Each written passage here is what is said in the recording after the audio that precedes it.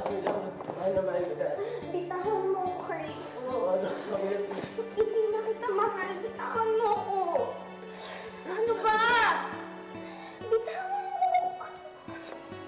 Ano ba? Sinabi ng bitawan ako. Camila. Rosa Camila! Rosa Camila! Saan masakit? Huwag ka na gumanito. Bitawan mo nga ako. Ano ba?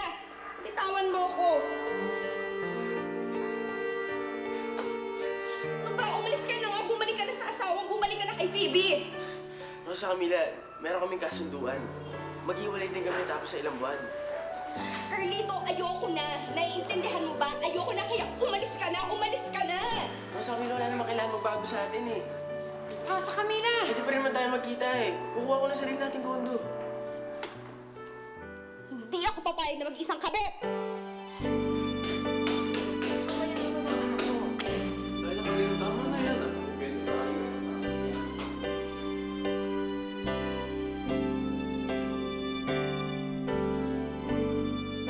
What have I done to you? Bakit mo ako ginaganito? And why are you inventing these horrible lies about me? Please. Daddy, don't tell me naniniwala ka sa babaeng yan. I'm telling you she is a fake. That's an effort, Ernestina. Ano pang isipin mo sa tita Sharina mo, she's still my wife. So I demand na respetuhin mo siya. Daddy, I'm just trying to protect you. Ernestina, pag binastos mo siya, para mo na rin ako binastos. So apologize to your tita Sharina. Apologize to her now! Vice, look at these documents. These are all approvals for release of government funds for the various projects of San Dionisio. Pero, asan ang bagong ice plant? Asan ang street lamps? Asan ang mga bagong kalye na ipapagawa? Lahat permado ni Leandro Montemayor. That's precisely what I mean, Vice. You know, I want a thorough investigation of all these documents. Can you give me a list of all the people who worked with Leandro Montemayor closely during the last few years? Gusto ko silang makausap. Tayo mismo ang kakausap sa kanila para malaman natin ang punot dulo nito. Do you have any suggestions kung sino dapat mong unang kausapin? Guys? I'm sorry, Governor. As you were saying, Sino ang sino una ang kong dapat dapat unahin? kausapin? Sino kakausapin? Yes. I guess it would have to be Elaine Valdez. She had been his right-hand person for so many years. Okay, then I'm going to have Elaine Valdez contacted immediately. Governor, kung this week niyo siya kakausapin, maaaring hindi ako makasama. Alam niyo naman, inaasikaso ko yung tungkol kay Ethan. Oh, Vice, don't worry about that. Ako rin. There's nothing I'd like more than to have the case of your son settled. I'm sorry, Daddy, pero hindi ko magagawa ang mag-sorry sa babaeng yan. Ginagalit mo ba ako?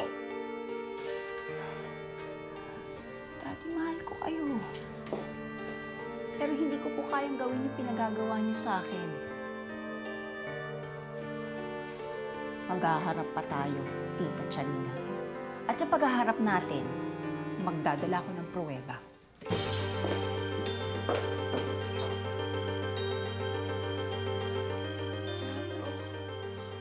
What do I have to do to gain the respect of Ernestina?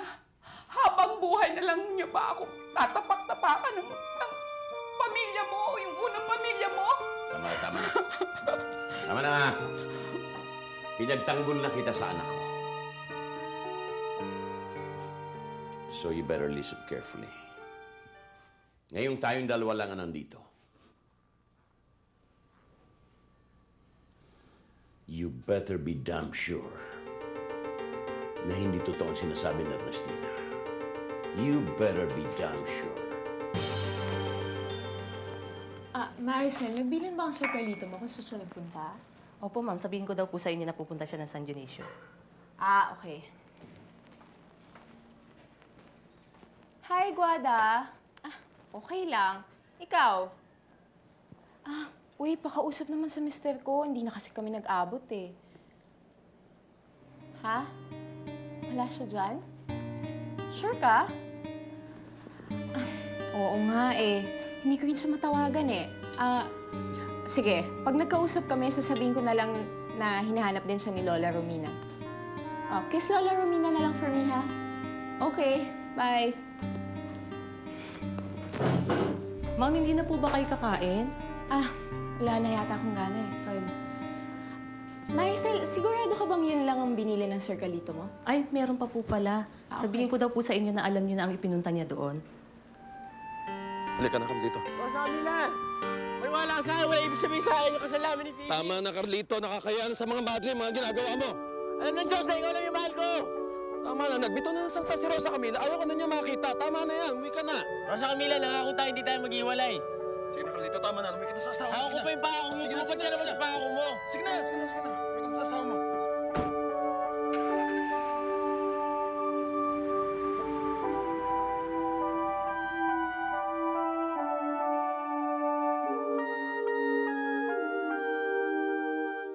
Ako, kung hindi lang dumating si Leandro, talagang sinubsob kong pagmumukha niyang Ernestina niyan sa sahig. The nerve of that bitch. Nerve, huh? Well, Mom, let me just remind you not to get carried away. Huwag mong kalimutan kung sino ang nanlalalaki. On whose side are you anyway? Whose side am I? My side. Bakit, Ma? Hindi ko na naman gusto yung ginagawa ninyo eh.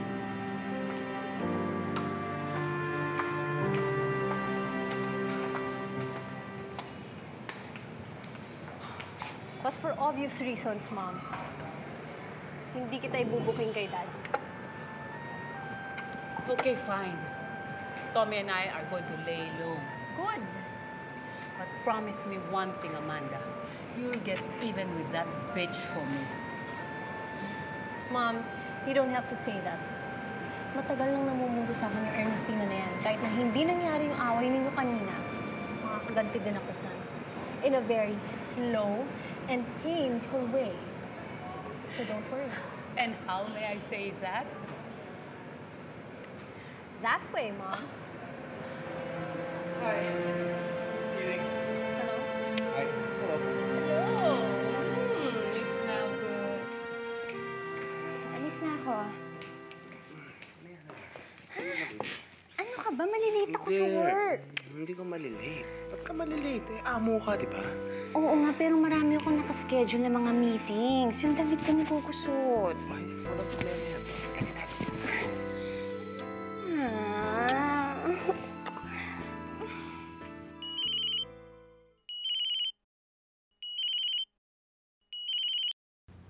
Storbo yun eh. Ang araw na to, akin ka. Ay, nako. Saan tayo? Nasaan na tayo? Oo nga pala, dito na ako.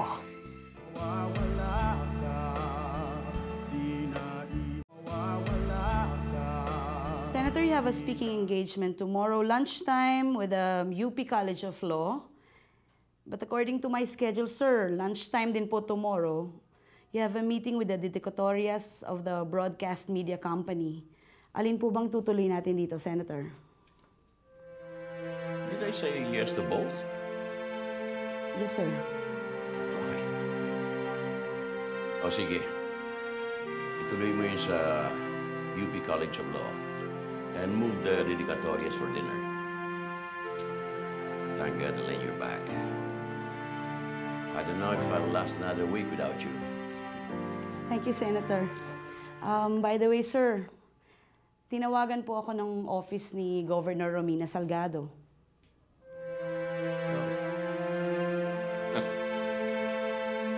It's that cranky old woman up to this time. Well, sir, Elaine, alam mo, marinig ko lang pangalan ng babaeng yan. Nagkaka-migraine ako. sir, they called me up. They want me to go to San Dionisio dahil meron lang daw po silang mga itatanong sa akin. to clarify certain issue tungkol dun sa pamamalakad ninyo dati doon. Nangangalkal na naman si Romina Salgado. Go ahead, Elaine. Pumunta ka sa San Dionisio. Agahan mo.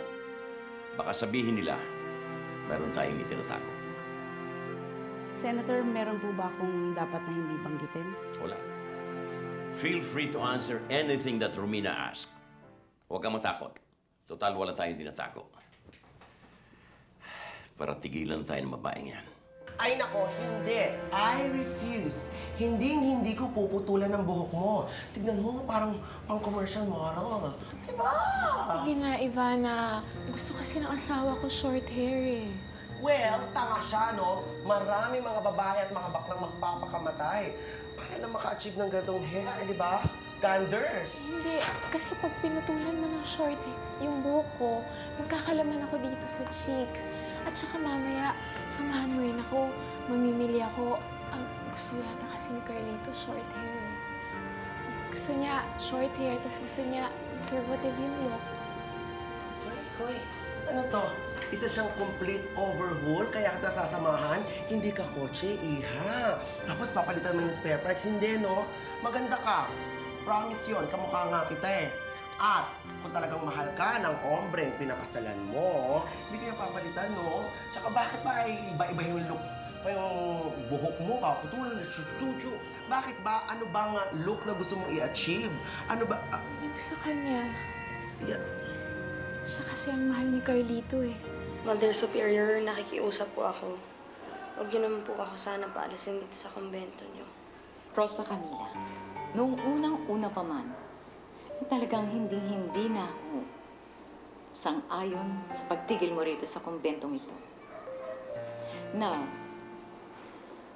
sanctuary is one thing. Pero ngayon, sinasabi mo na, gustong-gusto mo na maging madre. Your motivation for your intention to stay in this convent is all wrong. Pero pinag-isipan ko na ho ito. Habang masamang-masama ang loob mo sa dati mong nobyo? Kung babalik ho ba ako, tatanggapin niyo ho ba ako? You have my word, Rosa Camila. Pero pag-isip-isipan mo muna. Once, twice, 1,000 times. At kapag siguradong-sigurado ka pa rin na talagang gustong-gusto mo magmadre, well then, bukas ang pinto ng aming kumbento para sa'yo. Sigurado akong babalik ako dito. Dahil dito lang ako nakakita ng katahimikan.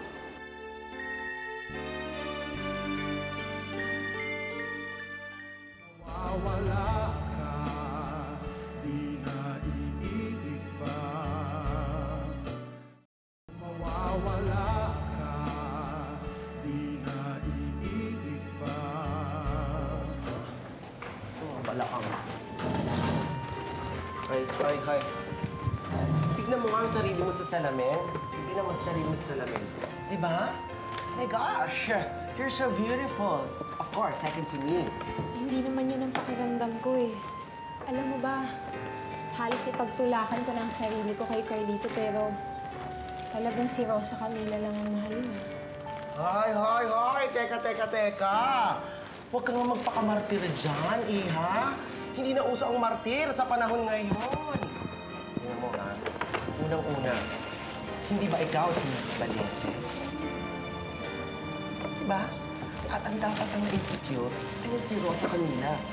Wala namang ibig sabihin yung kasalan namin. It's all just a big joke. Kaya lang di ko makuha ang matawa. Hindi mo makuha ang matawa. Ganyan lang. Ha. Ganyan. Tapos ibahin mo ang estilo mo. Ang ibig ko lang sabihin, hello, girl! The hell, the nerve, the ga. You know, lumabang ka. Ibahin mo yung style mo, lumabang ka. Bakit? Ano bang meron yan si Rosa Camilang yan na wala ka?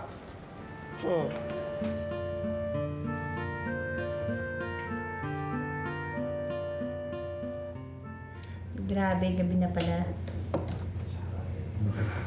Nagre-reklamo ka ba? Tagal naman natin hindi ito ginagawa. Hindi. Marami pa tayo hindi napapag-usapan. Ang mahalaga, nagkakaintindihan pa rin tayo pagdating sa ganito.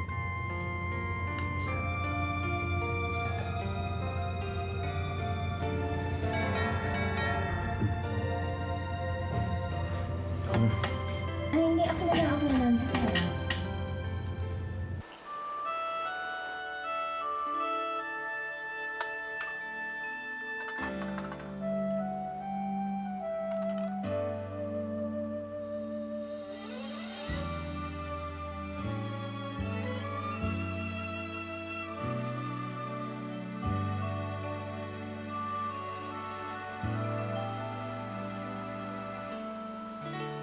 Nang ikaw ay makilala.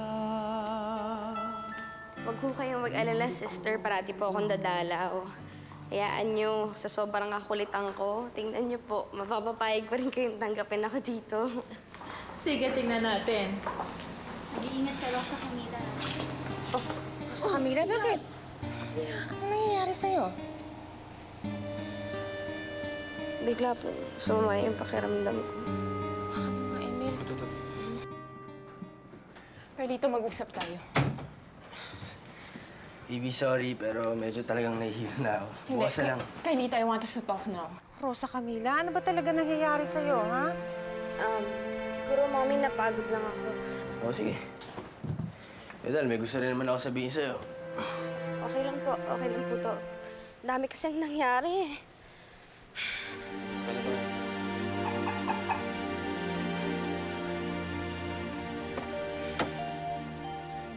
Carlito, hindi na ako papayag sa ganito.